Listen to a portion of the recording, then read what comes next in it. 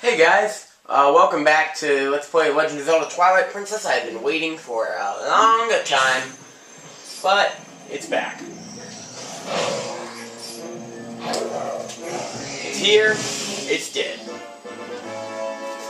So, which one are we going to get next? Zora River or Castle Town? Well, whichever one my cursor takes me to, I'll guess it was Zora River. That's the fun thing about playing with the Wii. You can just wave it around and like, oh, where am I? Guess I'm in Zora's River.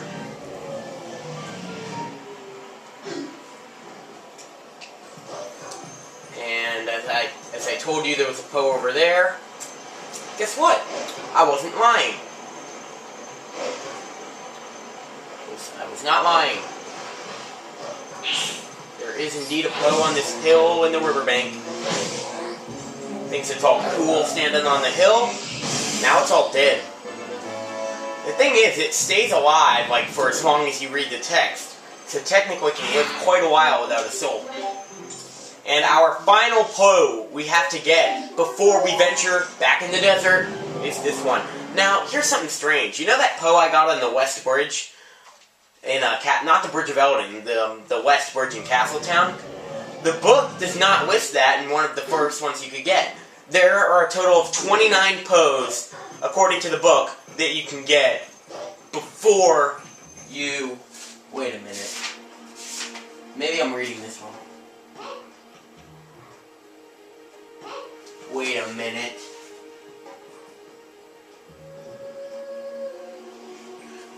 There is a Poe here, right? If there's not, then maybe it's the... Was it the other one that I misread as this one? Maybe that's all it is. Because according to the book, I should have 29 before I go to Gerudo Desert. And guess what? I have 29.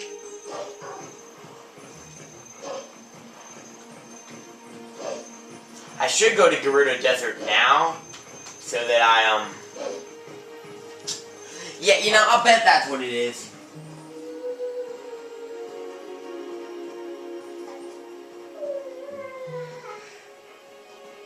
Yeah, it's the Westgate. It never actually says East Gate. I assumed it was because they were talking about here, but it says go through Castletown. Okay.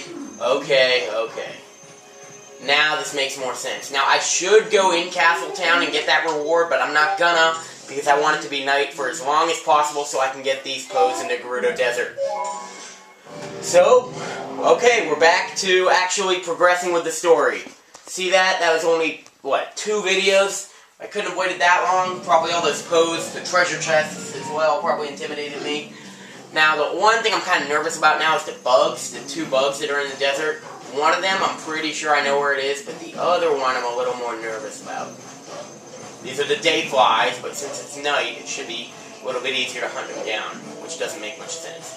Now, anyway, there's one over here. I think it's in one of these things. I think I looked here, but there are a lot of these things that look similar. Like, see? Here's another one. Just keep your eyes peeled. I told you I was going to practice the bugs, and well, guess what I didn't do for this one? You got it! Practice the bugs. Of course, that's what I didn't do for some of the other ones, but kind of got away with that. You know, the longer I'm over here, the worse, so let's get that Poe before it's daytime. Oh, and we go through a little bit of a something here. It will be important later. And the ground splits.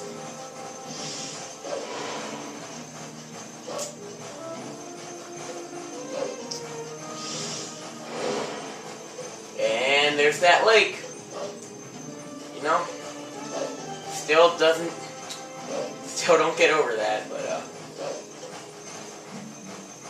try not to obsess about it. So this is where you start. I wish there was a warp point for the start. I mean, that would be cool, like, you know, you're talking about the Twilight. So here's the Poe, is the easier thing to find, but I'm kind of more worried about the bug, which I thought was over here. I'm sure it is, but I didn't see it. Oh, come on, did I not get you, Poe? It's probably because I was going for the mold worm underground like that. No! Okay, now that the mold worms are dead, now I got nothing but you. And that's number 30. We are halfway there. Alright. But our next ones aren't going to come off right off the bat, and we're not going to be able to finish them all until, well, not until a while. And we're going to need to go through a certain cave in order to get a few of those. And not an easy one either. I thought that, you know, I'll give up on the bugs for now. Get them after practice, probably after the 4th dungeon. Maybe right before it. The problem with that is you can't, there's no warp that's right next to the 4th dungeon. So I think that I'll just keep trekking and see how many Poes I can get while it's still nighttime. That was number 30. Number 31.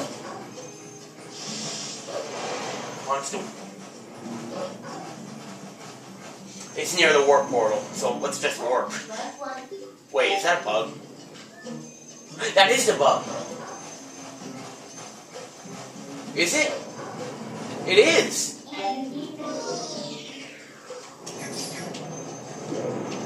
Yeah, I wasn't even mistaken that time. Usually I'm like, is that the bug? Oh no, that's a tree, that's a rock, that's a whatever. But no, this time it actually is the bug. We got the male dayfly. Alright. The female one's somewhere over there. I'm still not going to worry about it. Yeah, I wish I could just find it by accident, but, you know, it's better than nothing. Desert Province, Gerudo Mesa. Yes. And this is where Poe number 31 is. Or at least it's somewhere near here. I know I'm talking about the desert like we know it, even though technically the only time we were here, I think I was suffering from heat stroke, which is what I named part 57. It's right there. How did I miss this one before? Oh yeah, that's right. It was day. Duh. How could I be getting heat stroke at night? At night, it's cold in the desert. One thing I think is very cool is that when you're in your senses, you can see the stars. You know something? You know something that's really funny? I don't think ever, the many times I've played this game, I have never had the right amount of Poes, like, throughout the entire game. I always skip a few, which I almost did this time, but nope. Should have 31. 31 is what I have. I don't have the reward for 20, but that's not related, totally. Anyway, now it actually gets interesting. We start heading north, which is toward our destination, the prison, which is the 4th dungeon, actually, and a very interesting one. Where's 32, 32, 32? Oh, number 32. Okay. Yeah, this is the last one in the wide... There are only 2 Poes in the wide open desert, I think. So now we're going to want our arrows out. We don't need bomb arrows. As far as why I have the Hawkeye there, it's a long story. But I think that should be something I'll do from now on. Just one of my funny things. Like, every video, I'll start it off with some random item that I don't need. Like, and see if you guys can, like, spot them. I won't do it every video, but I'll do it sometimes.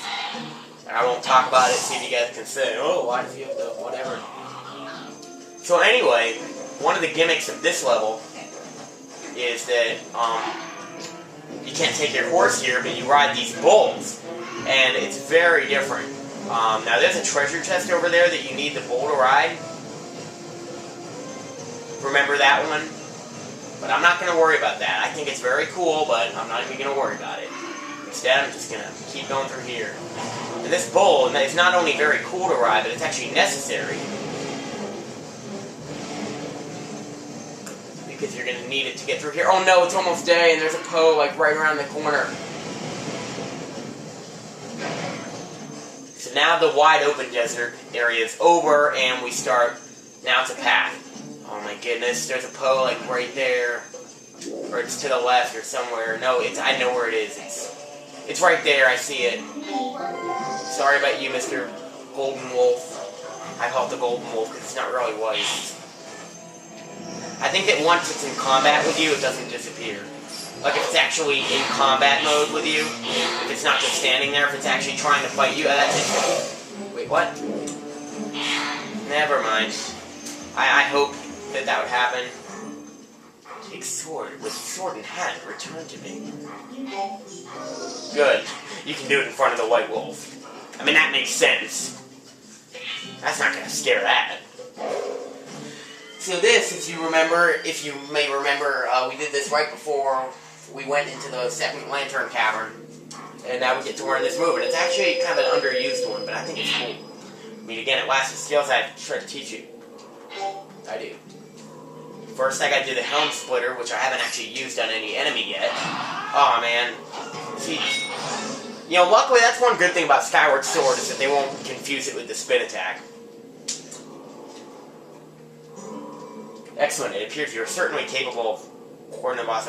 My fifth hidden skill is Immortal Draw. Let it be hewn into your mind. Now, this one's interesting because in order to use it, your sword needs to be put away. There's no defense for this. And it's a risky move since you leave yourself wide open. You're not equipped at all. You can't do it when your shield is out. You just have to unequip your sword and press A to draw. That's basically take out your sword and kill someone. And, like, just wait. That can take out mini-bosses in one hit. I swear. Shing! And I actually had trouble with this tutorial because I couldn't get around. Like, I guess I couldn't, you know, get it that you don't have your sword out for this. You don't want your sword out. So, that's it. So let's not forget that there is a Poe right there, as well as one more before. Okay, there's a few more, actually, that I missed. Whoops. Well, it's daytime now. I wouldn't have been able to get them all, so I'll do it later. Aw, goodbye, my lovely Poe stat of having as many as I should. Oh, wait, that's right. I should end the video now. Whoa, this is interesting.